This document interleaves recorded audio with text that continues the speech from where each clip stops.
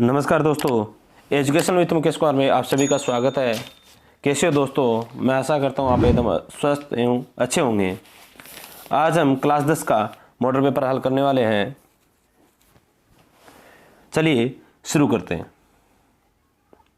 सबसे पहले सत्याग्रह निम्नलिखित में से क्या था? सत्याग्रह निम्नलिखित में से क्या था? तो पहला ऑप्शन है शारीरिक बल, दूसरा ऑप्शन है हथियारों का बल, तीसरा ऑप्शन है शुद्ध आत्मिक बल, द ऑप्शन है कमजोर का हथियार। तो सत्याग्रह आंदोलन हुआ था, वो क्या था? तो उसके ऊपर कौन सा ऑप्शन होगा कि शारीरिक बल ए होगा, ब हथियारों का बल होगा, स होगा शुद्ध आत्मिक बल होगा, या कमजोर का हथियार होगा। तो इनमें से सत्याग्रह निम्न में से कौन सा था? आप सभी को कौन सा ऑप्शन होगा दोस्तों सही?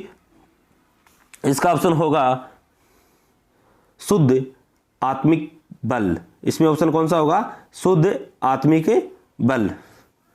दूसरा ऑप्शन है 1930 ईस्वी में दलित वर्ग एसोसिएशन की स्थापना किसने की थी? 1930 ईस्वी में दलित वर्ग जो एसोसिएशन जो संघ बना था उसकी स्थापना किसने की थी? ए ऑप्शन महात्मा गांधी, ब सर जॉन साइमन ने, स डॉक्टर अम्बेडकर ने, द रविंद्रनाथ टैगोर ने।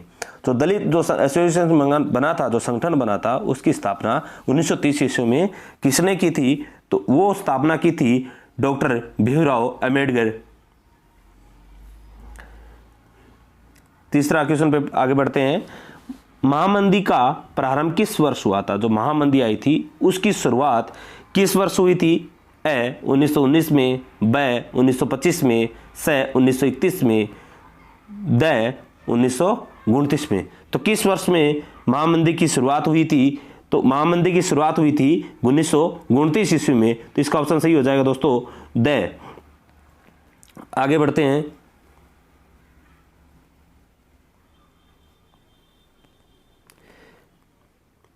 भूमध्य सागर के पूर्व में स्थित इलाके अर्थात एशिया के लिए आमतौर पर किस शब्द का प्रयोग किया जाता है? भूमध्य सागर के पूर्व में स्थित इलाके अर्थात एशिया के लिए आमतौर पर किस शब्द का प्रयोग किया जाता है? ए नई दुनिया, ब प्राच्य, स पुरानी दुनिया, द अतीत। जो एशिया जो भूमध्य सागर के पूर्व में स्थित है उसके लिए कौन सा शब्द इस्तेमाल किया जाता है? ए नई दुनिया, ब प्राच्य, स पुरानी दुनिया, द अतीत। तो इसमें से कौन सा ऑप्शन सही होगा दोस्तों? इसका ऑप्शन सही हो जाएगा प्राच्य। कौन सा ऑप्शन सही हो जाएगा दोस्तों? प्राच्य। पांचवें क्वेश्चन पे बढ़ते हैं। गुलामगिरी पुस्तक के लेखक कौन है? गुलामगिरी जो पुस्तक थी उनके लेखक हैं कौन है? ए ऑप्शन महात्मा गांधी, ब ज्योतिबा फुले, स डॉक्टर भीमराव अम्बेडकर, द इनमें से कोई नहीं। तो गुलामगिरी जो पुस्तक का लेखक है इनमें से कौन है? तो इनमें से लेखक है ज्योतिबा फुले या ज्योतिबाबाई फुले, जो गुलामगिरी पुस्तक का लेखक है।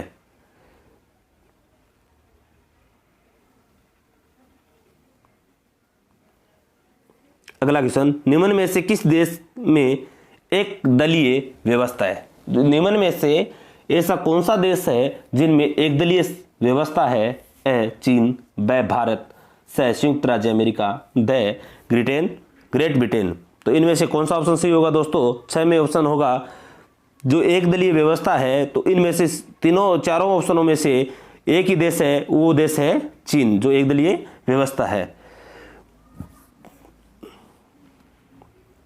अगले क्वेश्चन पे बात करते हैं। सन 2017 तक भारत में राष्ट्रीय स्तर पर मान्यता प्राप्त दलों की संख्या थी। जो राष्ट्रीय स्तर पर जो मान्यता प्राप्त दल हैं, जो पार्टियां हैं, उनकी संख्या 2017 तक कितनी थी? तो उस समय 2017 तक कितनी थी? ए ऑप्शन है 6, ब 7, स 5, द 2।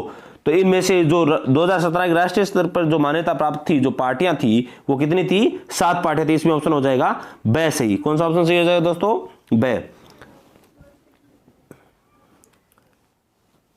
अगले क्वेश्चन पे बात करते हैं।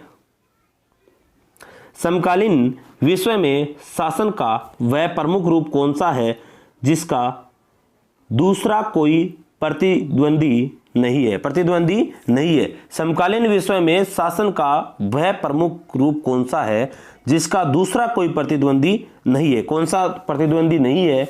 देखो, ए ऑप्शन है लोकतंत्र, ब कुलीन तंत्र, से राजतंत्र, द अधिनायक तंत्र। तो इनमें से कौन सा ऑप्शन सही होगा दोस्तों? इनमें ऑप्शन होगा जो समकालीन विश्व शासन का वह प्रमुख रूप कौन सा है जिसका दूसरा कोई प्रतिद्वंदी नहीं है, तो वह है लोकतंत्र। कौन सा ऑप्शन सही हो जाएगा दोस्तों? लोकतंत्र। तो इसमें ऑप्शन होगा ए। कौन सा सही होगा? ए। भारत में सूचना पाने का अधिकार कब लागू हुआ था? हमें जो सूचना पाने का अधिकार है वो कब लागू किया गया था भारत में? तो वो लागू किया गया था, क्या ए में किया गया 2005 में किया गया था, ब 2010 में किया गया था, स 2020 में, या द 1990 में? जो सूचना पाने का अधिकार कब लागू किया गया था दोस्तों? तो सूचना पाने का अधिकार लागू किया गया था 2005 ईस्वी में। कब किया गया दोस्तों? 2005 ईस्वी में। तो इसमें 2005 ईस्वी कौन से ऑप्शन में है? A option. कौन सा सही हो जाएगा? A option.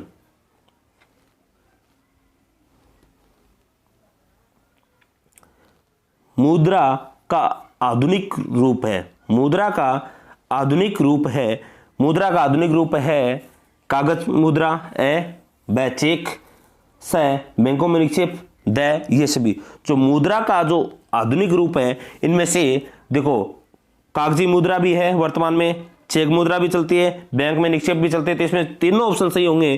तो इसमें ऑप्शन हो जाएगा द उपरोक्त सभी। तो इसमें कौन सा ऑप्शन सही हो जाएगा? उपरोक्त सभी। निम्न में से उपभोक्ता उद्योग है, निम्न में से उपभोक्ता उद्योग है, ए चीनी उद्योग, ब लोहा इस्पात उद्योग, स तांबा उद्योग, द एल्यूमिनियम उद्योग। इनमें से कौन सा उपभोक्ता उद्योग है? तो इनमें से उद्योग हो जाएगा, उपभोक्ता उद्योग कौन सा है? चीनी उद्योग। कौन सा उद्योग हो जाएगा? चीनी उद्योग। ए ऑप्शन सी हो जाएगा। बहुराष्ट्रीय कंपनियों में निवेश का रास्ता है, जो बहुराष्ट्रीय जो कंपनियां उनमें निवेश का रास्ता कौन सा है? स्थानीय कंपनियों को खरीदना, ब स्थानीय कंपनियों के साथ संयुक्त उत्पादन, से दूसरे देश में कारखाना स्थापित करना, द उपरोक्त सभी। जो बहुराष्ट्रीय कंपनी है जो निवेश का रास्ता अपनाती है, तो पहला स्थानीय कंपनियों को खरीदना, ये भी ऑप्शन सही है। स्थानीय कंपनियों के साथ संयुक्त उत्पादन करना, ये भी सही है।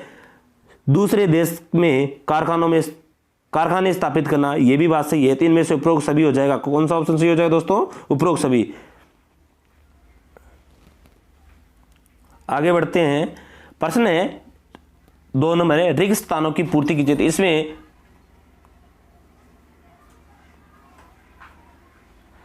खालिस्तान पटसन व पटसन निर्मित सामान का सबसे बड़ा उत्पादक है।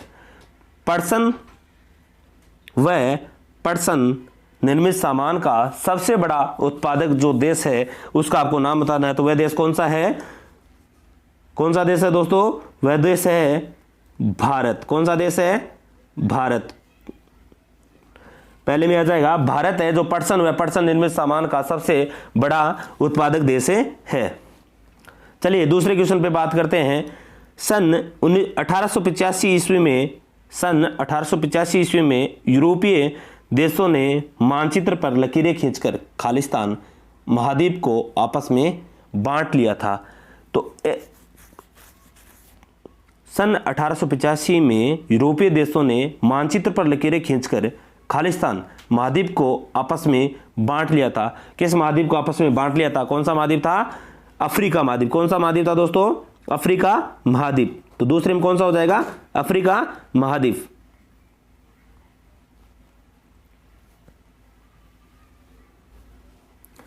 अगले क्वेश्चन पे बात करें, तीसरा ऑप्शन है सांप्रदायिक आधार पर राजनीतिक गोलबंदी खालिस्तान का दूसरा रूप है। सांप्रदायिक आधार पर राजनीतिक गोलबंदी होती है, उसका दूसरा रूप है। उसका दूसरा रूप होता है सांप्रदायिकता। कौन होता है? सांप्रदायिकता। तो इसमें ऑप्शन हो जाएगा, तीसरे में हो जाएगा सांप्रदायिकता।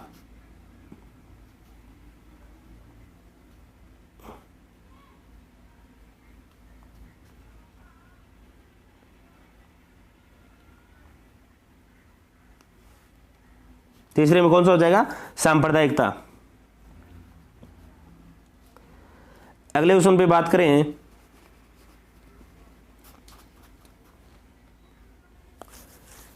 किसी देश की आय उस देश के सभी खालिस्तान की आय है। किसी देश की आय उस देश के सभी खालिस्तान की आय है।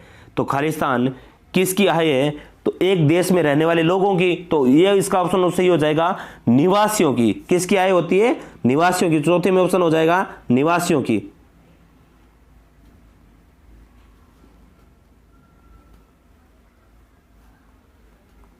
किसकी आय होती है?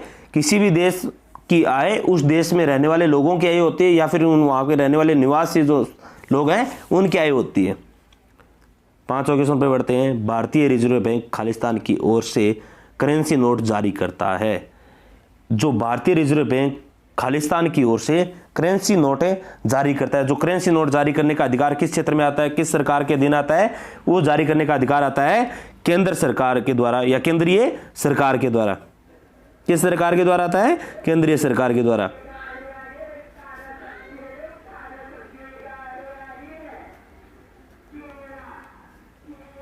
लास्ट खालिस्तान बचा है अपना छठा है, उपभोक्ताओं के लिए सबसे महत्वपूर्ण है। उपभोक्ताओं के लिए सबसे महत्वपूर्ण क्या होती है? जो उपभोक्ता उसके लिए सबसे महत्वपूर्ण होती है, क्या प्रदान करना होता है? सुरक्षा का अधिकार। सबसे महत्वपूर्ण होता है सुरक्षा का अधिकार। किसका अधिकार होता है सबसे महत्वपूर्ण? सुरक्षा का अधिकार।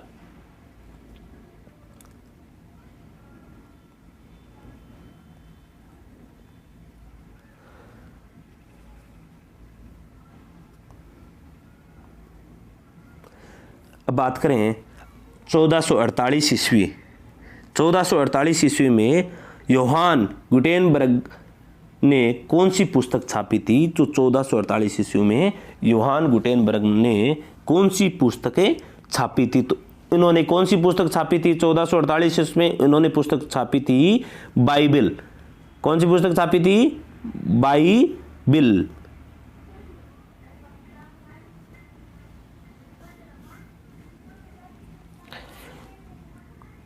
अगले क्वेश्चन पे बात करते हैं। विश्वव्यापी आर्थिक मंदी का भारत पर क्या प्रभाव पड़ा? विश्वव्यापी जो आर्थिक मंदी थी तो भारत पे क्या प्रभाव पड़ा था? तो भारत का जो आयात और निर्यात था वो लगभग घटकर कितना रह गया था? आधा हो गया था। तो सबसे बड़ा पॉइंट यही बन रहा था कि विश्वव्यापी जब आर्थिक मंदी का दौर चल रहा था तो भारत में जो व्यापार था वो घटकर क्या रह गया था? आधा रह गया था। इसमें लिखेंगे यहाँ पे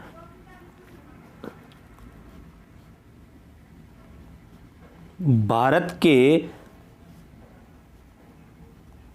आयात और निर्यात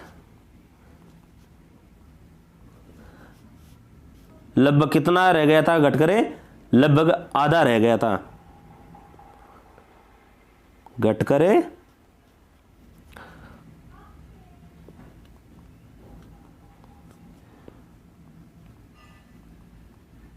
आधे रह गए थे।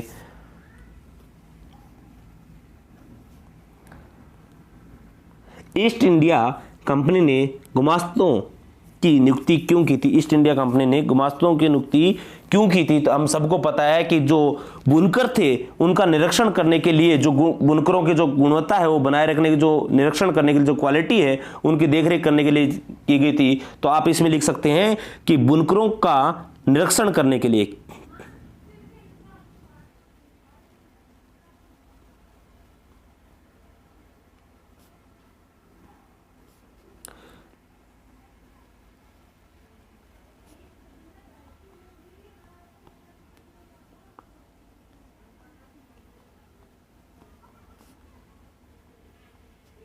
बुनकरों का निरीक्षण करने के लिए जो गुमास्तों की नियुक्ति की गई थी ईस्ट इंडिया कंपनी की तरफ से, ताकि जो क्वालिटी है जो बुनकरों की जो कपड़ा जो बुनने की है वो सेम आ सके।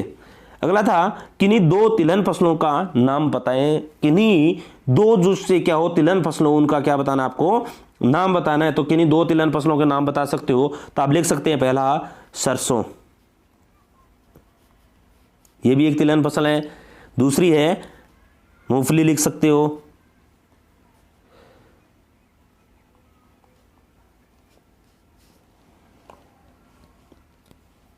जल संरक्षण के दो उपाय बताएं।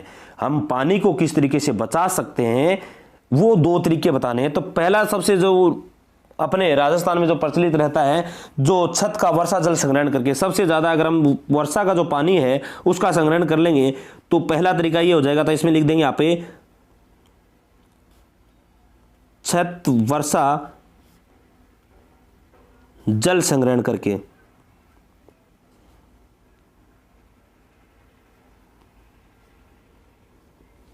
और दूसरा इसमें तरीका है कि नदियों के जलों को एक दूसरे में मिलाना। अगर एक नदियों का जल को एक दूसरे में जो मिला देंगे तो उससे भी वो जल संरक्षण हो जाएगा। जन संचार किसे कहते हैं, कि जन संचार किसे कहते हैं? तो सीधी सी बात है, जैसे कोई भी घटना हुई, सूचना हुई, उसको किसी समाचार को नियोजित ढंग से पहुंचाना क्या कहलाता है? जन संचार कहलाता है। सूचना अगर आप किसी के पास पहुंचाते हो वही सही नियोजित ढंग से, तो वो क्या कहलाता है? जन संचार कहलाता है। कोई महत्वपूर्ण घटना हुई, कोई सूचना है जो सेम टू सेम नियोजित ढंग से अगले के पास पहुंच जाती है जनता के पास, वो क्या होती है? जन संचार है, सूचना। तो इसमें लिख सकते हैं किसी समाचार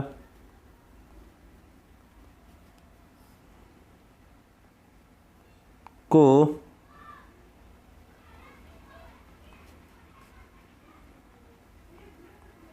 नियोजित ढंग से पहुंचाना जन संचार कहलाता है।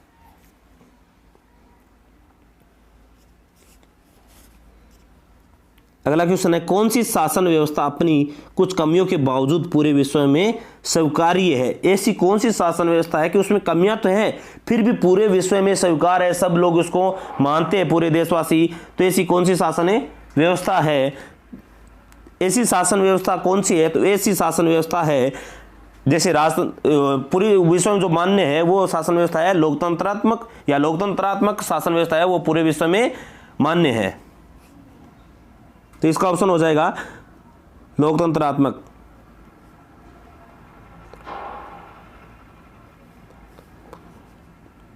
शासन व्यवस्था जो पूरे विश्व में, सब लोग, इसमें कमियां तो हैं फिर भी पूरे विश्व में मान्य है, सबको विश्वसनीय है, स्वीकार करते हैं लोग इसको। किन्हीं दो संस्थागत कार्यों में लोकतांत्रिक व्यवस्थाएं ज़्यादा सफल रही है। किन्हीं दो संस्थागत कार्यों में लोकतांत्रिक व्यवस्थाएं ज़्यादा सफल रही है। ऐसे दो संस्थागत कार्य बताने जो लोकतांत्रिक व्यवस्था ज़्यादा सफल रही है। तो ऐसा कौन दो कार्य हैं जो सबसे ज़्यादा सफल रही है? तो इसमें हो जाएगा पहला तो जो चुनाव की जो प्रक्रिया है, तो आप वो कह सकते हैं कि नियमित और निष्पक्ष जो चुनाव करवाने की जो परिणाम है वो लोकतंत्र में मिलता था। क्योंकि पहले जब राजतंत्र था तो राजा का पुत्र ही राजा बनता था, तो इसमें ये पद्धति क्या हो जाती है, लोकतंत्र में ये लागू नहीं होती। चुनाव करते हैं, चुनाव जो निष्पक्ष होता है लोकतंत्र में, ये सबसे बड़ा एक इसमें क्या होता है, फायदा होता है। तो इसमें आप भी अच्छी बात है, ये लिख सकते हैं कि नियमित और निष्पक्ष चुनाव कराने की पद्धति, नियमित और निष्पक्ष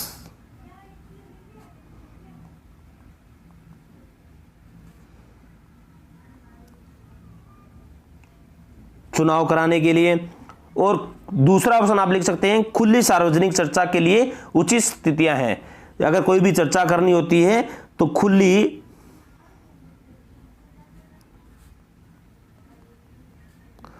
सार्वजनिक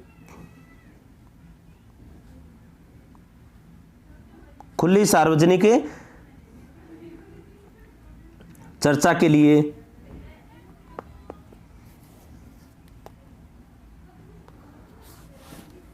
अगला क्वेश्चन पे बात करते हैं दोस्तों। अगला क्वेश्चन है,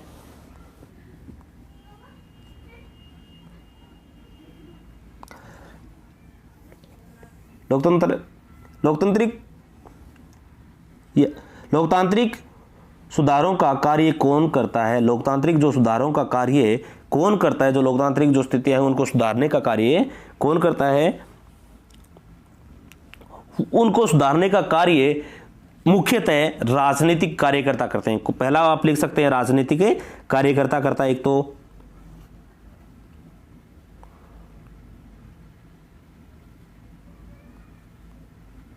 राजनीतिक कार्यकर्ता, जो राजनेता के जो कार्यकर्ता हैं वो लोकतांत्रिक स्थितियों को सुधारने का कार्य करते हैं। दूसरा राजनीतिक दल होते हैं, वो इस स्थिति को सुधारने का काम करते हैं, राजनीतिक दल।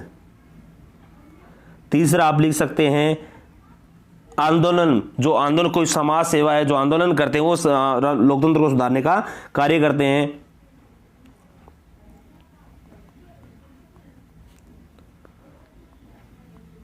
और भी आप लिख सकते हैं राजनीतिक रूप से जो सक्रिय कोई भी नागरिक होता है वो भी लोकतंत्र को सुधारने का क्या करता है, या लोकतांत्रिक सिस्टम को सुधारने का क्या करता है, कार्य करता है।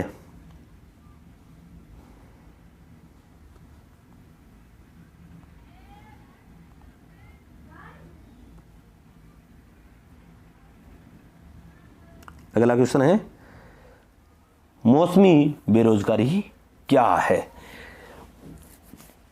मौसमी बेरोजगारी क्या है, तो सीधी सी बात है कि वह जो जिस व्यक्ति को पूरे साल भर अगर कोई काम नहीं मिलता वो कौन सी बेरोजगारी कहलाती है, मौसमी बेरोजगारी कहलाती है। मान लो कुछ मौसम के अनुसार जो भी कार्य मिला उस आधार पर अगर कोई काम करता है तो वो क्या कहलाती है, मौसमी बेरोजगारी। क्योंकि एक मौसम में काम मिला दूसरे मौसम में नहीं मिला, खाली बैठना रहता है, तो कुछ महीने काम मिलता है कुछ महीने ऐसे ही बैठे रहने को क्या कहलाता है, मौसमी बेरोजगारी कहलाती है। आप इसमें लिख सकते हैं कि बेरोजगारी की वह स्थिति या जिसमें लोगों को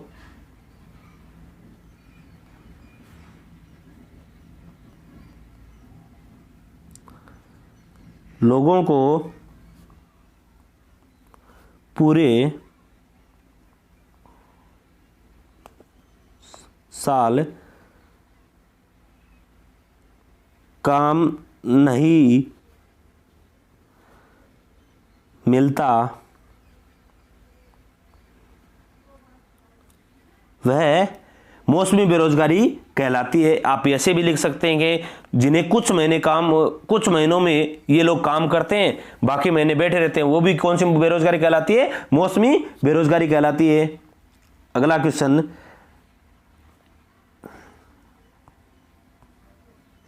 द्वितीय क्षेत्र को औद्योगिक क्षेत्र क्यों कहा जाता है।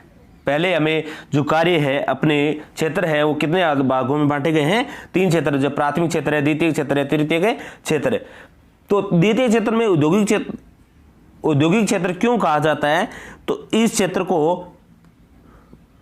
क्योंकि ये क्षेत्र होता है वो सबसे ज्यादा, प्राथमिक क्षेत्र जो कृषि से जुड़ा रहता है, द्वितीय क्षेत्र सबसे अधिक क्षेत्र जुड़ा रहता है, विभिन्न अलग अलग प्रकारों के उद्योगों से जुड़ा रहता है, इसी वजह से इनको क्या कहा जाता है, औद्योगिक क्षेत्र कहा जाता है। क्योंकि ये क्षेत्र क्या करता है, सर्वविदित विभिन्न प्रकार के उद्योगों से जुड़ा, इसलिए द्वितीय क्षेत्र को औद्योगिक क्षेत्र कहा जाता है। तो इसमें आप लिख देंगे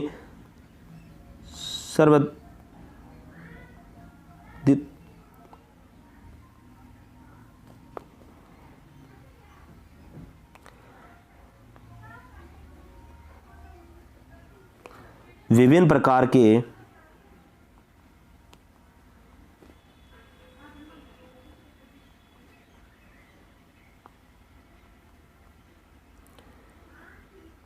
उद्योगों से जुड़ा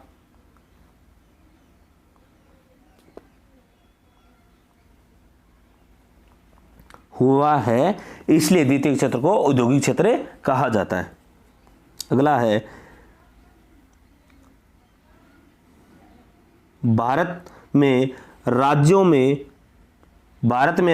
तुलना करने के कोई 2 आधार बताएं। कि राज्य में जो तुलना करने का कोई आधार है कि एक राज्य अच्छा है दूसरा राज्य इसकी स्थिति अच्छी है इसकी स्थिति बुरी है, इन किन आधारों पे राज्यों की स्थिति या भारत के राज्यों की जो तुलना करते हैं इनके आपको कितने आधार बताने हैं, 2 ही आधार बताने हैं। तो सबसे बड़ा आधार होता है कि व्यक्ति की जो प्रति व्यक्ति आय होती है, आप लिख सकते हैं पहला आधार तो ये हो जाता है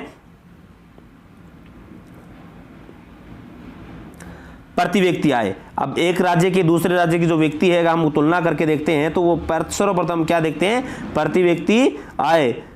और दूसरा ऑप्शन देखते हैं साक्षरता। दूसरा ऑप्शन क्या देखते हैं, साक्षरता। तो आप इसमें लिख देंगे,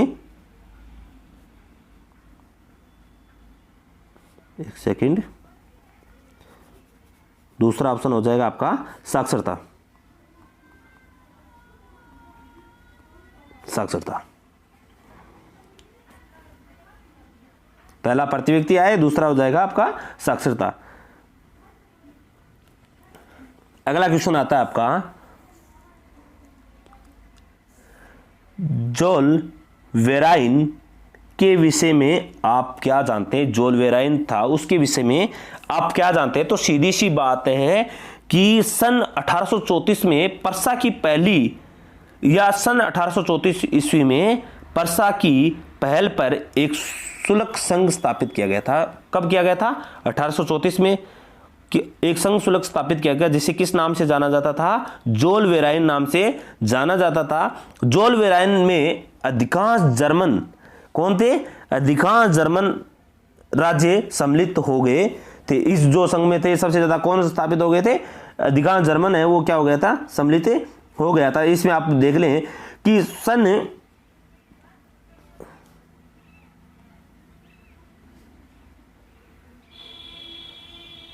1834 ईस्वी में परसा में जो पहले एक शुल्क संघ स्थापित किया गया था, जिसमें जोल वेराइन नामक संघ से जाना गया, और जोल वेराइन में अधिकांश जर्मन राज्य सम्मिलित हो गए थे। ये संघ शुल्कों अवरोधों को समाप्त कर दिया तथा मुद्रा की संख्या घटाकर 2 कर दी, जो पहले कितनी थी, 30 से ऊपर थी। और जोल वेराइन ने आर्थिक राष्ट्रीयवाद के आंदोलन को जन्म दिया। जो आर्थिक जो राष्ट्रीयवाद था उन आंदोलनों को क्या दिया था, जन्म दिया। और जिनमें से इस पर आंदोलन को जन्म दिया, जिसने इस पर या इस समय में पनप रही व्यापक राष्ट्रवादी भावनाओं को क्या कर दिया था, मजबूत कर दिया। तो राष्ट्रवादी भावना को जो मजबूत करने का कार्य इसी संघ के द्वारा किया गया था।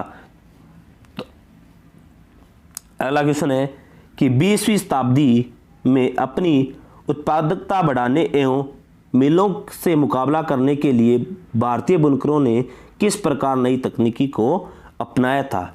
कि 20वीं शताब्दी में जो उत्पादक है अपना बढ़ाने के लिए, जो बुनकर थे घरों में जो कपड़ा बुनने का काम करते थे, उन बुनकरों ने अपना उत्पादन बढ़ाने के लिए किस प्रकार अपना जो किस तकनीक का इस्तेमाल किया था। वो तकनीकी थी फ्लाई स्टल। कौन सी तकनीकी थी, फ्लाई स्टल थी। इस तकनीकी आने से जो बुनकरों की जो उत्पादन की संख्या है वो क्या हो गई थी, डबल हो गई थी। तो आप इसमें लिख सकते हैं कि 20वीं शताब्दी में दूसरे दशक में कई बुनकरों ने फ्लाई शटल का प्रयोग करना शुरू कर दिया था। किस शताब्दी में, 20वीं शताब्दी में। और फ्लाई शटल बुनाई के लिए इस्तेमाल किया जाने वाला एक यांत्रिक औजार था। कौन सा औजार था, यांत्रिक औजार था। और फ्लाई शटल के प्रयोग से कामगारों में उत्पादन क्षमता बढ़ी, उत्पादन तीव्र गति से होने लगा एवं श्रम की मांग में कमी आई। क्योंकि फ्लाई शटल ज्यादा उत्पादन करने लगा तो मजदूरों की संख्या क्या होने लगी, कमी होने लगी। सन 1841 ईस्वी में तक, कितनी ईस्वी तक है, सन 1841 ईस्वी तक भारत में 35 से अधिक हथकरघाओं ने किसका इस्तेमाल करने लग गए, फ्लाई शटल का इस्तेमाल करने लग गए।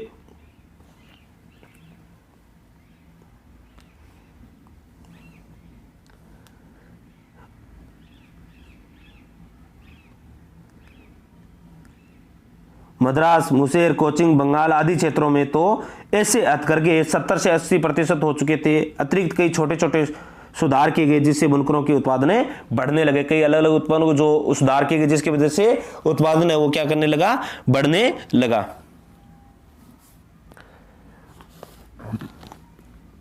क्योंकि इसी के द्वारा जो गुमस्तकरों की दो संख्या तैनात कर दिए गए जिसकी वजह से इनका क्वालिटी है वो भी सेम रहने लगी। तो इसमें कई अलग अलग सुधार किए गए थे। इस वजह से अगला पूछा जा रहा आपसे कि वन्य एवं वन्य जीवों का संरक्षण क्यों आवश्यक है। वन्य एवं वन्य जीवों का संरक्षण है हमारे लिए क्यों आवश्यक है। तो सबसे बड़ी बात यह है कि वन्य और वन्य जीवों का अगर हम संरक्षण करेंगे तो हमारी जो विविधता है वो बनी रहेगी। विविधता का अर्थ होता है कि जो भिन्नता है, जो जैसे पक्षी है, जानवर है, इनमें अलग अलग प्रकार के वन्य जीव है वो मिलते रहेंगे। अगर हम इनका संरक्षण नहीं करेंगे तो ये विभिन्नता क्या हो जाएगी, समाप्त हो जाएगी। तो इसमें देखिए वन्य और वन्य जीव का संरक्षण है, पारिस्थितिक विविधता बनी रहती है तथा हमारे जीवन के मूलभूत संसाधन जल, वायु, मर्द आदि बने रहते हैं। विभिन्न जातियों में बेहतर जनन के लिए वनस्पति और पशुओं में जिस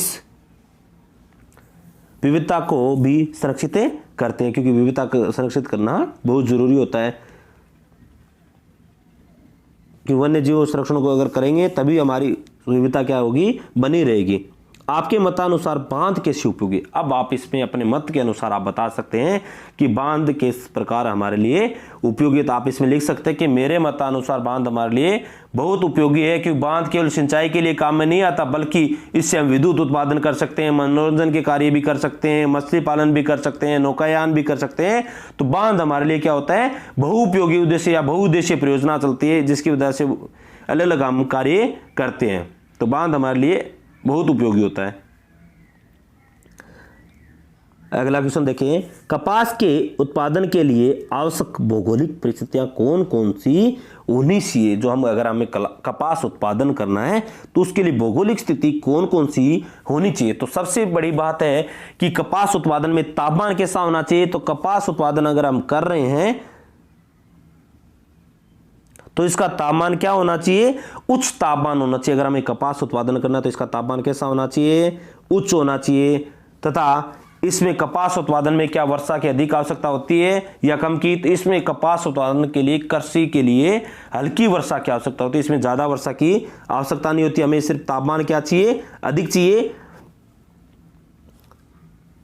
और हल्की वर्षा चाहिए। कपास के रेशे की चमक को बनाए रखने के लिए 210 दिन जो पाला रहित दिन है वह खिली धूप की आवश्यकता होती है। 210 दिन मतलब अगर अच्छी कपास के रेशे चमक बनाए रखनी है तो 210 दिन तो पाला रहे तो सर्दी कम पड़े, दूसरी धूप अच्छी खिले, और चौथा इसका हो जाता है लावा की काली मिट्टी तथा अथवा दोमट मिट्टी में कपास की खेती के लिए आवश्यक होती है। आगे आप लिख सकते हैं कि हमें कपास की खेती के लिए अच्छे जल प्रवाह युक्त धरातल व पर्याप्त मानव श्रम की क्या होती है, आवश्यकता। इसमें मानव का श्रम क्या लगता है, अधिक आवश्यकता होती है कपास की खेती के लिए।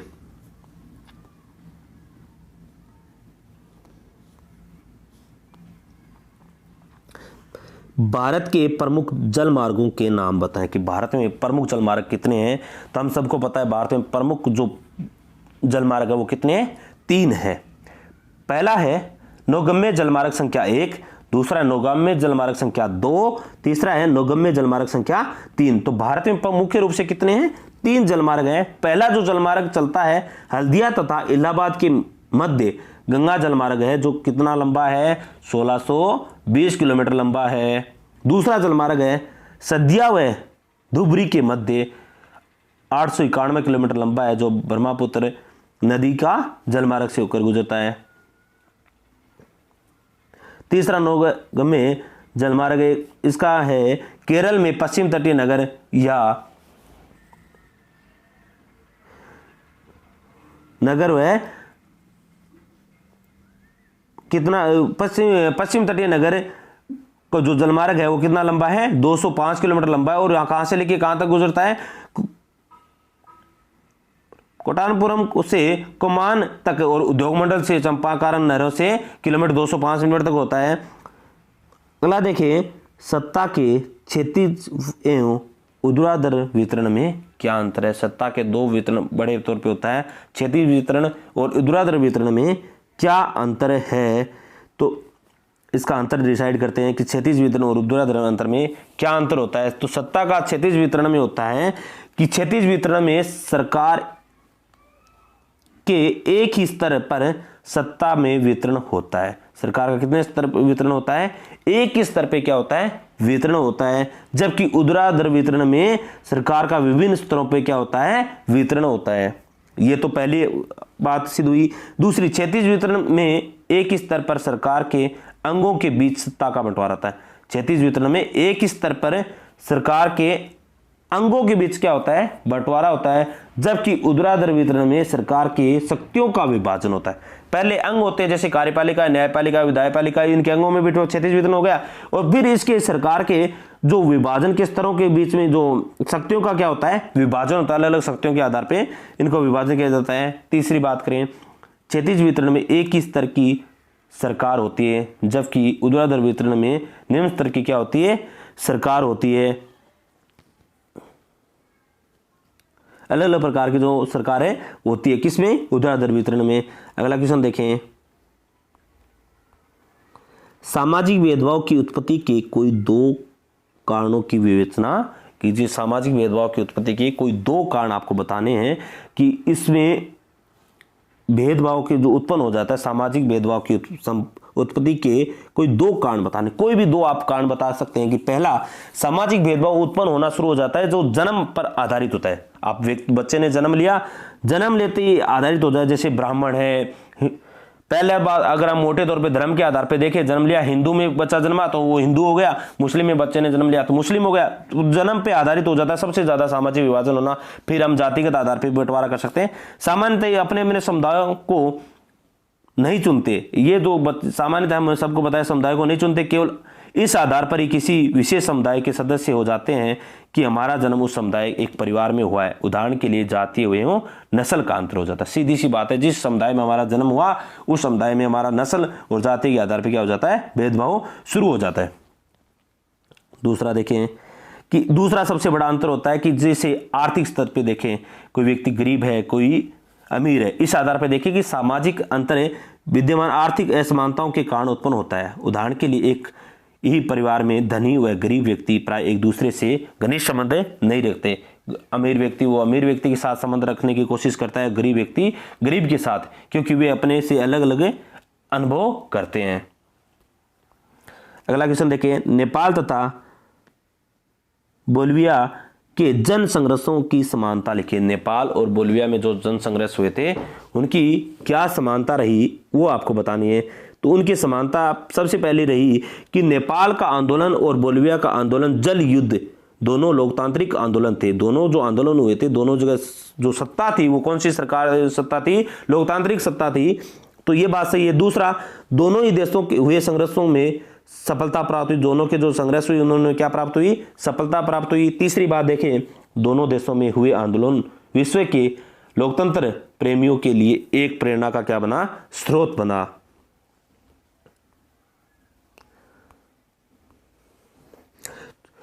दोनों ही देशों में हुए इस लोकतांत्रिक संघर्षों में विभिन्न संगठनों की निर्णायक भूमिका रही। जो संगठन थे, लोकतांत्रिक जो संगठन थे, उन दोनों की क्या रही, निर्णायक भूमिका रही। सबसे ज्यादा योगदान रहा।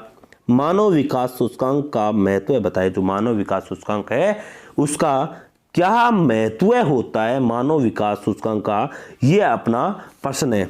तो मानव विकास सूचकांक का पहले तो हम देखेंगे मानव विकास कहा किसे जाता है। तो मानव विकास के विभिन्न आयामों के मापने के लिए संयुक्त राष्ट्र विकास कार्यक्रम द्वारा निर्धारित विभिन्न संकेतों को मानव विकास सूचकांक कहा जाता है। जो राष्ट्र के जो विविध आयाम है उनको नापने के लिए जो आयाम है उनको क्या कहा जाता है, मानव विकास से कहा जाता है। अब ये कितने इसका महत्व क्या होता है, इसका महत्व है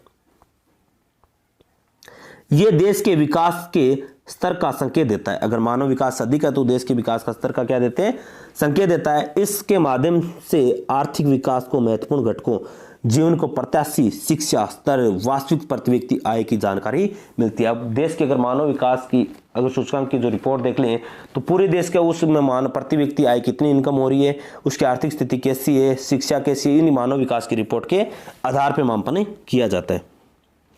तीसरी बात देखिए, ये विभिन्न देशों को संकेत देता है कि वे मानव विकास की दशा में कितने अग्रसर हो चुके हैं और कितना आगे बढ़ चुके हैं। ये हम अलग अलग मानव विकास रिपोर्ट है वो अलग अलग देशों को संकेत देते हैं कि आपका मानव विकास कितना अग्रसर है, कितना अच्छा है, कितना आप आगे बढ़ चुके हैं। सार्वजनिक क्षेत्रक और निजी क्षेत्रक में उदाहरण सहित अंतर है बता। एक तो सार्वजनिक क्षेत्र होता है और एक निजी क्षेत्र में उदाहरण सहित आपको क्या बताना है, अंतर बताना है।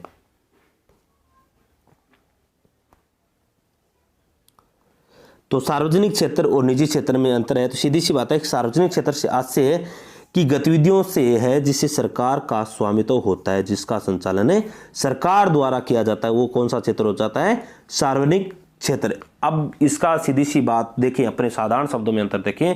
जिस संपत्ति का सभी व्यक्ति इस्तेमाल करता है, सरकार द्वारा चलाई जाती है, वो संपत्ति को क्या होती है? सार्वजनिक संपत्ति, जिसका सरकार द्वारा सबको इस्तेमाल किया। जैसे रेलवे स्टेशन है, भारतीय रेल है, भारतीय रोडवेज बस, हॉस्पिटल है, इसके जो सार्वजनिक से। दूसरी ओर निजी क्षेत्र की बात से करें कि जिन पर निजी लोगों का स्वामी होता है, जिसका मतलब निजी व्यक्ति की जो संपत्ति होती है वो क्या होता है? निजी व्यक्तित्व का क्षेत्र आ जाता है। जैसे रिलायंस कंपनी, वो एक निजी व्यक्ति के इंडस्ट्रियल एरिया है, पब्लिक है, कोई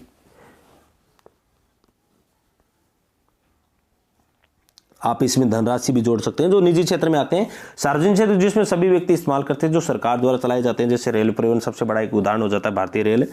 और निजी क्षेत्र में आप पब्लिकेशन कह सकते हैं, रिलायंस कह सकते हैं, छोटा भी कोई उद्योगपति है जिसका मालिक खुद एक व्यक्ति है, उसमें किसी दूसरे व्यक्ति का क्या नहीं होता? हस्तक्षेप नहीं होता, खुद की संपत्ति होती है, या धनराशि कह सकते हैं।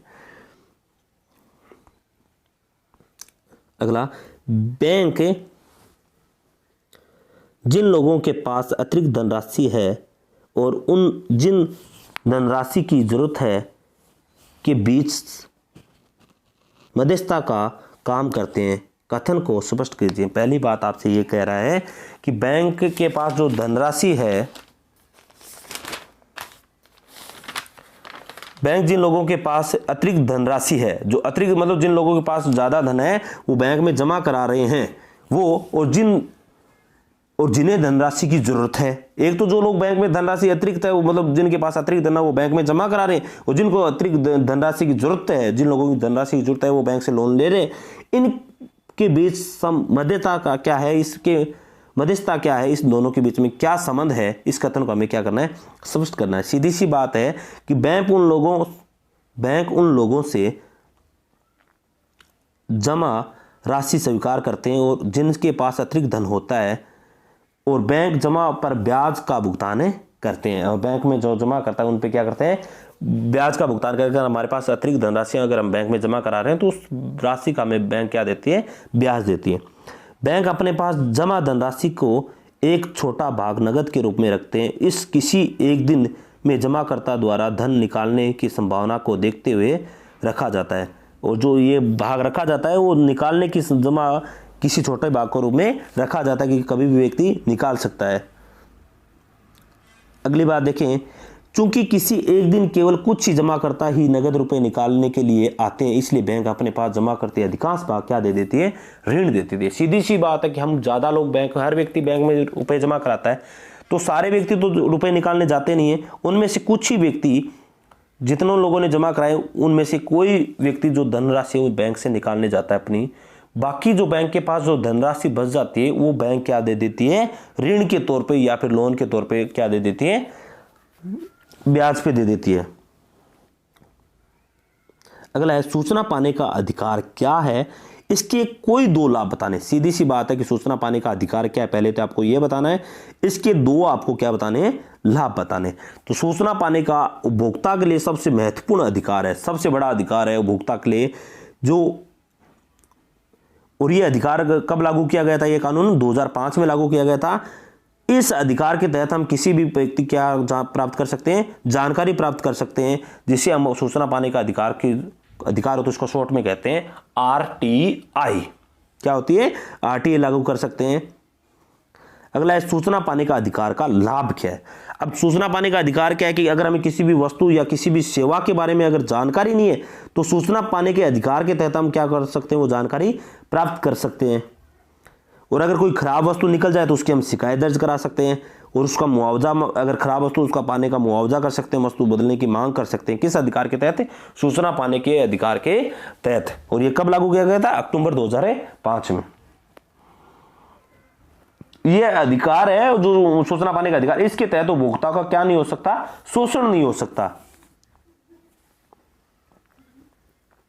अगला है, यूरोप में राष्ट्रवाद के प्रमुख कारणों का उल्लेख कीजिए। यूरोप में जो राष्ट्रवाद है उसका प्रमुख कारण है क्या था, उनके क्या करना है, उल्लेख करना है। तो यूरोप में जो राष्ट्रवाद का प्रमुख कारण क्या रहा, इनके क्या क्या वर्ग थे, तो उसका सबसे पहला अगर बात करें यूरोपीय राष्ट्रवाद का प्रमुख कारण रहा, पहला था मध्य वर्ग का उदय होना, सबसे बड़ा कारण रहा। दूसरा था उदारवादी विचारधारा का प्रभाव होना। तीसरी बात थी यूनान को स्वतंत्रता संग्राम, और चौथा था जन विद्रोह। ये अलग अलग यूरोप का राष्ट्रवाद का प्रमुख 4 बड़े कारण थे। तो सबसे पहले हम देखते हैं मध्य वर्ग का उदय होना।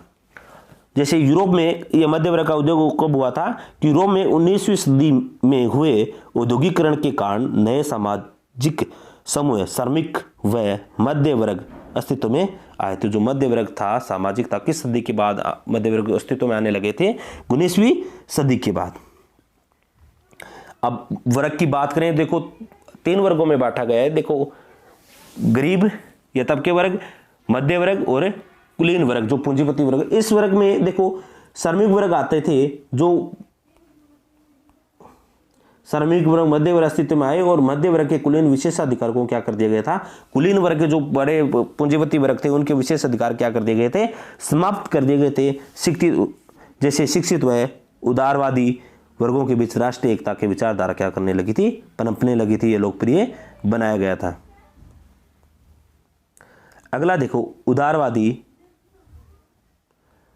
अगला ऑप्शन क्या है, उदारवादी विचारधारा का प्रारंभ। उदारवादी विचारधारा का सीधी सी बात है कि सदी तो कौन सी रहेगी, 19वीं सदी, और 19वीं सदी के प्रारंभ में तो विचारधारा राष्ट्रवाद का क्या हुआ था, बढ़ावा हुआ था। उदारवाद राजनीति का स्वरूप में सहमति से बनी सरकार पर जोर देता है। जिससे राजनीति में जो सहमति से बन रही है वो सरकार पर जोर देता है। इनमें नए मध्य वर्गों के लिए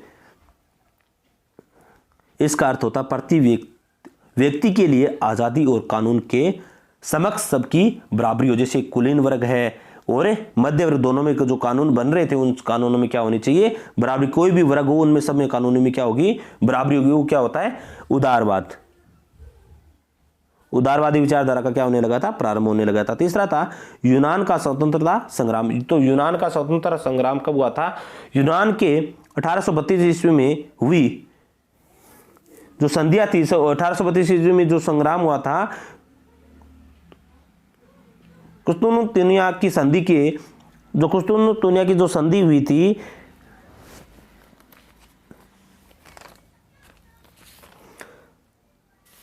संधि के स्वतंत्र रूप से जो मान्यता प्राप्त की, इसी के साथ ही यूरोप के अन्य देशों के साथ क्या हुआ था, एकीकरण की क्या होती प्रेरणा या प्रेरित हुई थी, जो 1832 में हुई थी।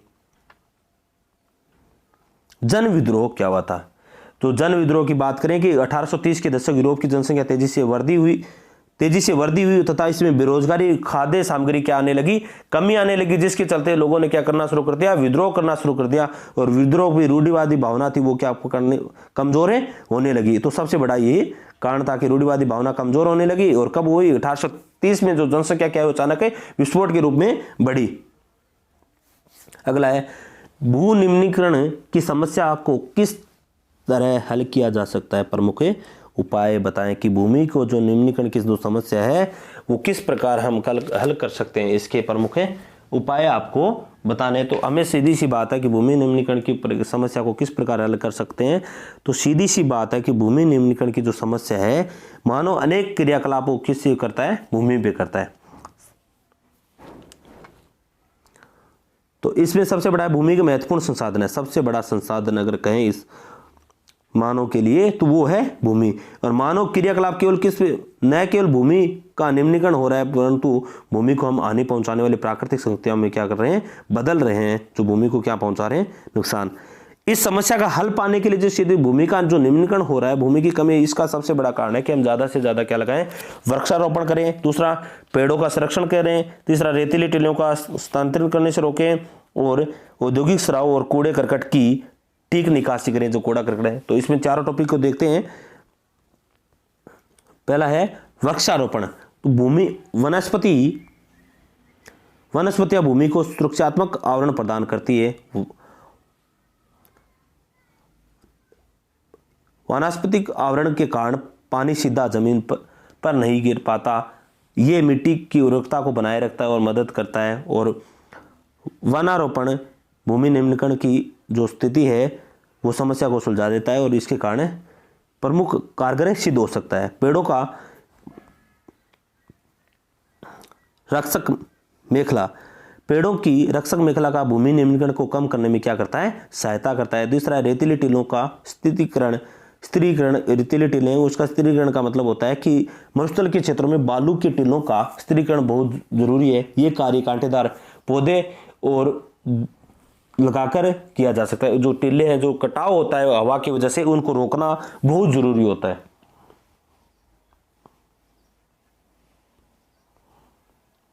औद्योगिक स्राव और कूड़े करकट की जो ठीक निकासी करनी चाहिए उद्योगों के द्वारा।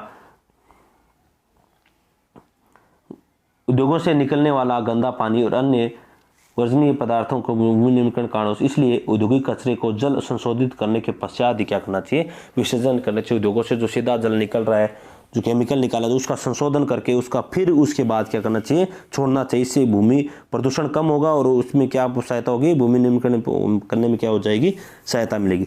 सांप्रदायिकता, अगले क्वेश्चन पे बात करते हैं। अगला क्वेश्चन है, सांप्रदायिकता राजनीति में अनेक रूप धारण करती है, कथन की व्याख्या कीजिए। सांप्रदायिकता राजनीति के अनेक रूप धारण करती है, इस कथन की व्याख्या करनी है। तो इस कथन, सांप्रदायिक राजनीति के निम्न रूप से धारण कर सकती है जिनका वितरण निम्न अनुसार। दैनिक, पहला है दैनिक जीवन में सांप्रदायिकता। तो दैनिक जीवन में सांप्रदायिकता, सीधी सी बात है कि सांप्रदायिकता सबसे आम अभिव्यक्ति है, दैनिक जीवन में ही देखने को मिलती है। इसमें धार्मिक पूर्वाग्रह, धर्म समुदायों से के बारे में बनाई क्या होती है, धारणा होती है, जो किसी एक विशेष धर्म के प्रति हो सकती है, दूसरे धर्म को श्रेष्ठ मानने की मान्यता है। इन चीज़ों की इतनी, जैसे एक धर्म को दूसरे धर्म से श्रेष्ठ मानने की बात कर लें, या ये चीज़ें इतनी सामान्य है कि सामान्यतः हमारा ध्यान इस ओर नहीं जाता, जबकि हमारे अंदर ही बैठी हुई होती है। ये हर व्यक्ति मानता है कि मेरा धर्म बेस्ट है, वो उससे श्रेष्ठ मानने की कोशिश करता है। इसी वजह से क्या होती है, सांप्रदायिकता। और ये हम क्या करते हैं, स्वीकार करने की कोशिश ही नहीं करते, ये हर व्यक्ति के अंदर बैठी रहती है। सांप्रदायिकता आधार पर राजनीतिक गोलबंद, और ये सीधी सी बात है कि सांप्रदायिकता आधार पर राजनीति भी की जाती है। सबसे ज्यादा सांप्रदायिकता के आधार पर राजनीतिक गोलबंद सांप्रदायिकता का दूसरा रूप माना जाता है। इसके अंतर्गत है धर्म के पवित्र प्रतीकों, धर्म गुरुओं, भावनात्मक अपील एवं अपने लोगों के मन में डर बैठाने जैसे तरीकों का क्या होता है, उपयोग किया जाता है। एक सामान्य बात है कि चुनाव में, राजनीति में एक धर्म के मतदाताओं की भावना अपने हितों की बात उठाने जैसे तरीकों में सामान्य अपनाया जाए। जैसे एक धर्म का मतदाता चुनाव खड़ा हो गया, उस धर्म में अपने धर्म की बात को उठाता है ज़्यादा, ताकि राजनीति में क्या उसके आगे बढ़ सके या चुनाव जीत सके। सांप्रदायिक दंगे, कभी कभी सांप्रदायिक दंगे किसका रूप ले लेते हैं, हिंसा का रूप ले लेते हैं। ये दंगा नरसंहार अपना सबसे बुरा रूप अपना लेते हैं। उदाहरण के लिए भारत व पाकिस्तान में भयावह सांप्रदायिक दंगे हुए थे। स्वतंत्रता के पश्चात भी बड़े पैमाने पर सांप्रदायिक हिंसा हुई थी। सीधी सी बात है कि भारत और पाकिस्तान में सांप्रदायिक हिंसा की अपने आप से एक दूसरे से हम श्रेष्ठ मानने की वजह से क्या होता है, सांप्रदायिक हिंसा का उदाहरण है। वैश्वीकरण क्या है, पहले तो आपको यह बताना है कि वैश्वीकरण क्या है और वैश्वीकरण में सूचना और संचार प्रौद्योगिकी की भूमिका क्या है। वैश्वीकरण क्या है और उसके अंदर सूचना और संचार प्रौद्योगिकी की भूमिका क्या है, वो आपको बतानी है।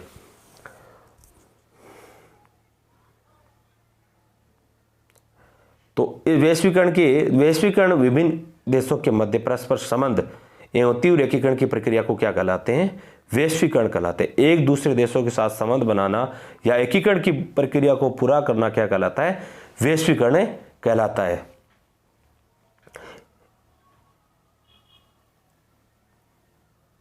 वैश्वीकरण की प्रक्रिया के अंतर्गत विश्व की विभिन्न अर्थव्यवस्थाओं का समन्वय किया जाता है, जिससे वस्तुओं और सेवाओं, प्रौद्योगिकी, पूंजी एवं श्रम के मध्य प्रवाह हो सकता है। इसके अलग अलग, जैसे एक देश से दूसरे देश के जो विदेशी व्यापार करने के जो अवरोध है वो हटाए जा सकते हैं। जैसे एक देश से दूसरे देश के साथ जो व्यापार करने जो टैक्स है, जो अवरोध है, उनको हटाया जा सकता है, जिससे पूंजी और श्रम की क्या हो जाती है, स्वतंत्र रूप से क्या आवागमन बढ़ जाता है, अगर हम वैश्वीकरण की प्रक्रिया को क्या कर देते हैं, हटा देते हैं। तो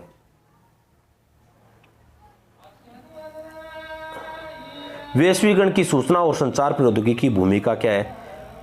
तो ये सीधी सी बात है कि वर्तमान समय में वैश्विक और सूचना प्रौद्योगिकी, सीधी सी बात है, दूरसंचार है, कंप्यूटर है, इंटरनेट है, आज के समय में मोबाइल है, सोशल मीडिया सबसे ज़्यादा सूचना और संचार का प्रौद्योगिकी के कारण बनी हुई है। जैसे टेलीफोन है, मोबाइल है, फिक्स है, विश्व भर में एक दूसरे से संपर्क और सूचनाओं का क्या हमने तत्काल प्राप्त कर सकते हैं, कहीं भी घटी। और कंप्यूटर वैश्विक गति प्रदान करता है। लगभग प्रत्येक क्षेत्र में क्या कर गए, कंप्यूटर उपयोग होने लगा। आजकल किसी भी क्षेत्र में चले जाओ, हर क्षेत्र में किसका यूज हो रहा है, कंप्यूटर का यूज हो रहा है। और इंटरनेट की स्थितियों के पूर्ण परिवर्तन हो गए हैं। इससे संपूर्ण संसार की जानकारी घर बैठे क्या कर सकते हैं, प्राप्त कर सकते हैं। इंटरनेट के माध्यम से, ईमेल के माध्यम से, सोशल मीडिया के माध्यम से, कहीं पे भी बैठा हुआ व्यक्ति घर बैठे सारी सूचना प्राप्त कर सकता है। अगला है, गांधी जी के सत्याग्रह संबंधी विचारों को स्पष्ट कीजिए।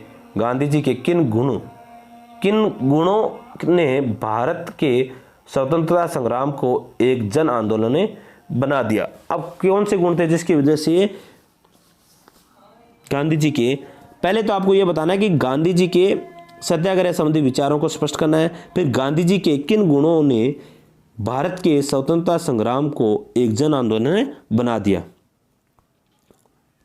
सबसे पहले, महात्मा गांधी जनवरी 1915 दक्षिण अफ्रीका से भारत लौटे थे। आपसे भारत कब आए थे? गांधी जी 1915 में आए थे। और कहाँ से आए थे? दक्षिण अफ्रीका से। गांधी जी ने एक नए तरह के आंदोलन पर चलते हुए दक्षिण अफ्रीका की नस्लभेदी सरकार से सफलतापूर्वक लोहा लिया था। जो नस्ल के आधार पर, काले गोरे के रंग के आधार पर भेदभाव किया जाता था, उससे आंदोलन जो आंदोलन था वो सफल करके लौटे थे। इस पद्धति को वह क्या कहते थे? सत्याग्रह कहते थे। और सत्याग्रह विचार से शक्ति पर आग्रह या सत्य की खोज पर जोर दिया जाता था। सीधी सी बात है कि सत्य की खोज और सत्य की खोज पर जोर दिया जाता था। और सत्याग्रह का अर्थ होता था, यदि कोई उद्देश्य सच्चा है, आपका संघर्ष अन्याय के खिलाफ है, तो उत्पीड़क से मुकाबला करने के लिए आपको किसी भी शारीरिक बल की आवश्यकता नहीं होनी चाहिए। गांधी जी का यह मानना था कि अगर आपका उद्देश्य सच्चा है, तो अगर आपको उसका मुकाबला करना है, तो आपका शरीर के बल की आवश्यकता नहीं होनी चाहिए। बस आपके मन में क्या होनी चाहिए? प्रतिरोध की भावना उत्पन्न होनी चाहिए। क्या होनी चाहिए? प्रतिरोध, उसका विरोध करने की भावना होनी चाहिए। आक्रामकता का सहारा लिए बिना ही हम सत्याग्रह, केवल अहिंसा के सहारे भी अपना संघर्ष क्या कर सकते हैं? पूरा कर सकते हैं। ये गांधी जी का मानना था। सत्याग्रह के लिए दमनकारी शत्रुओं की चेतना को ही झंझोड़ना चाहिए। उत्पीड़ित शत्रु के हिस्सा लेना, सत्य की विश्वास, इसी की धारणा थी। गांधी जी ये भी मानते थे कि किसी व्यक्ति के साथ शारीरिक बल नहीं लगाना चाहिए, उसका जो विचारों को क्या करना चाहिए? विरोध करना चाहिए।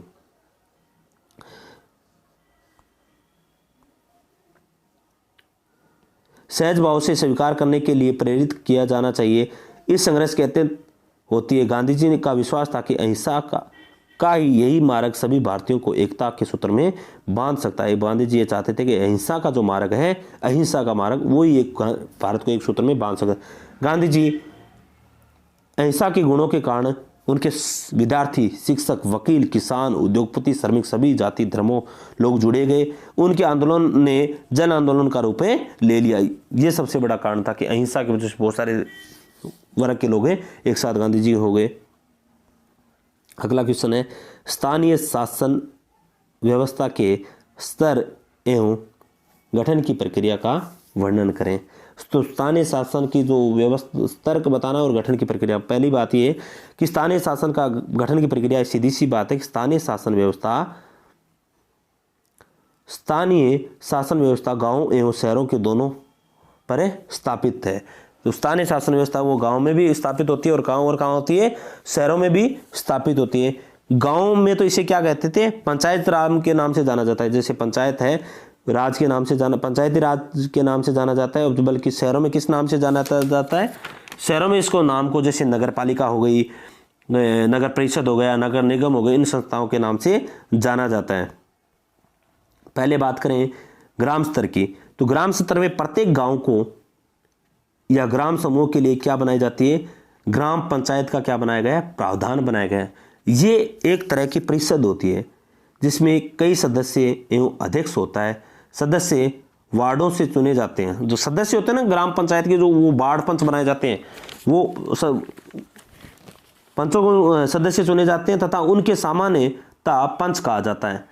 और इसके अध्यक्ष सरपंच का या अध्यक्ष कौन होता है? या तो सरपंच होगा या क्या होगा? प्रधान इसका क्या होगा? अध्यक्ष होगा। इसका चुनाव गांव या वार्ड में रहने वाले सभी वयस्क लोग मताधिकार के माध्यम से करते हैं कि सरपंच कौन होगा, प्रधान कौन होगा। दूसरा है खंड स्तर की। खंड स्तर की बात करें, कई ग्राम पंचायतों को मिलाकर पंचायत समिति का क्या किया जाता है? गठन किया जाता है। ग्राम पंचायत हर गांव की होती है और उन ग्राम पंचायतों को मिला के किसका किया जाता है? ग्राम पंचायतों को मिला के पंचायत समिति का गठन किया जाता है। और इस मंडल या प्रखंड स्तरीय प्रखंड स्तरीय पंचायत भी कहा जाता है।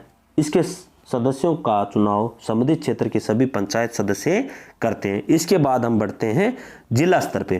तो जिला स्तर की बात करें तो जिला स्तर पे किसी भी जिले की समस्त पंचायत समितियों को मिलाकर किसका निर्माण किया जाता है? जिला परिषद का गठन होता है।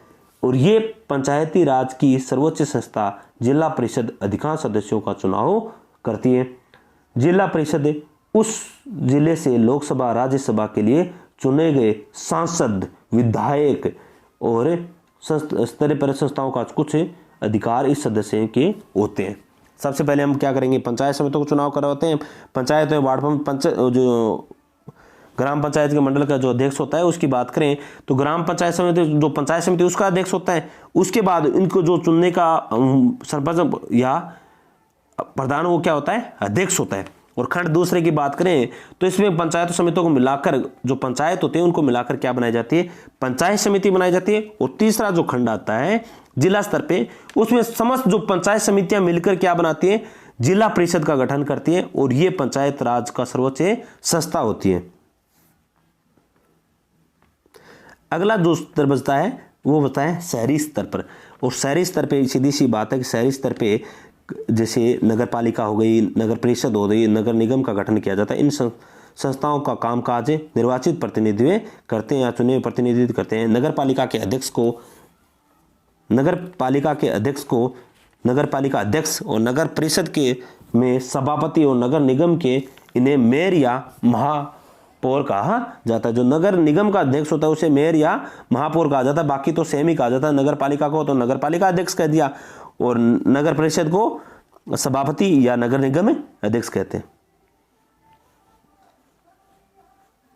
अगला, दिए गए भारत के रेखा मानचित्र में निम्नलिखित अंक अंकित। आपको जो 4 शब्द जगह पूछी जाएगी वो आपको भारत के नक्शे में अंकित करने हैं। तो सबसे पहला जैसलमेर है, अंकलेश्वर है, पारादीप है और केंगा। कौन सा है? केंगा। तो ये आपका भारत का नक्शा है। सबसे पहला अपना कौन सा है? जैसलमेर। तो सबको पता है कि भारत के नक्शे में जैसलमेर कहाँ है। तो ये अपना देखो राजस्थान का आ गया। ये जो भाग है ये अपना राजस्थान है और राजस्थान में जैसलमेर कहाँ है? जैसलमेर यहाँ है। ये अपना यहाँ पे क्या है? जैसलमेर है। और राजस्थान के जस्ट यहाँ मैं लिख देता हूं, आप फिर बाद में कंफ्यूजन होगा। यहाँ अपना क्या है? जैसलमेर है। एक सेकेंड,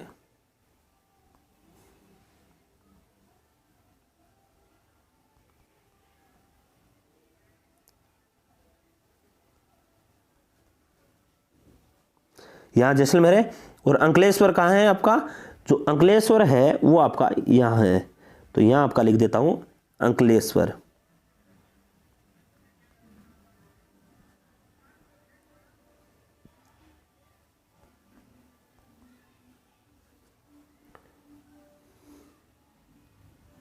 अगला ऑप्शन कौन सा है देख लेते हैं। पारादीप और केंगा। पारादीप और केंगा। तो पारादीप आपका क्या है? एक सेकेंड, पारादीप आपका है यहां लिख देता हूं पारादीप। और केंगा आपका कहां जाएगा? केंगा आ जाएगा आपका यहां। आपका क्या जाता है? केंगा।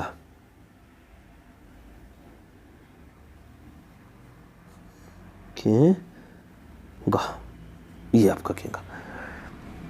ये आपके चारों नक्शे के नाम आ गए हैं भारत के नक्शे में। ये आपके देख लो, अंकलेश्वर, जैसलमेर आपका जो राजस्थान में, अंकलेश्वर और पारादीप और केंगा।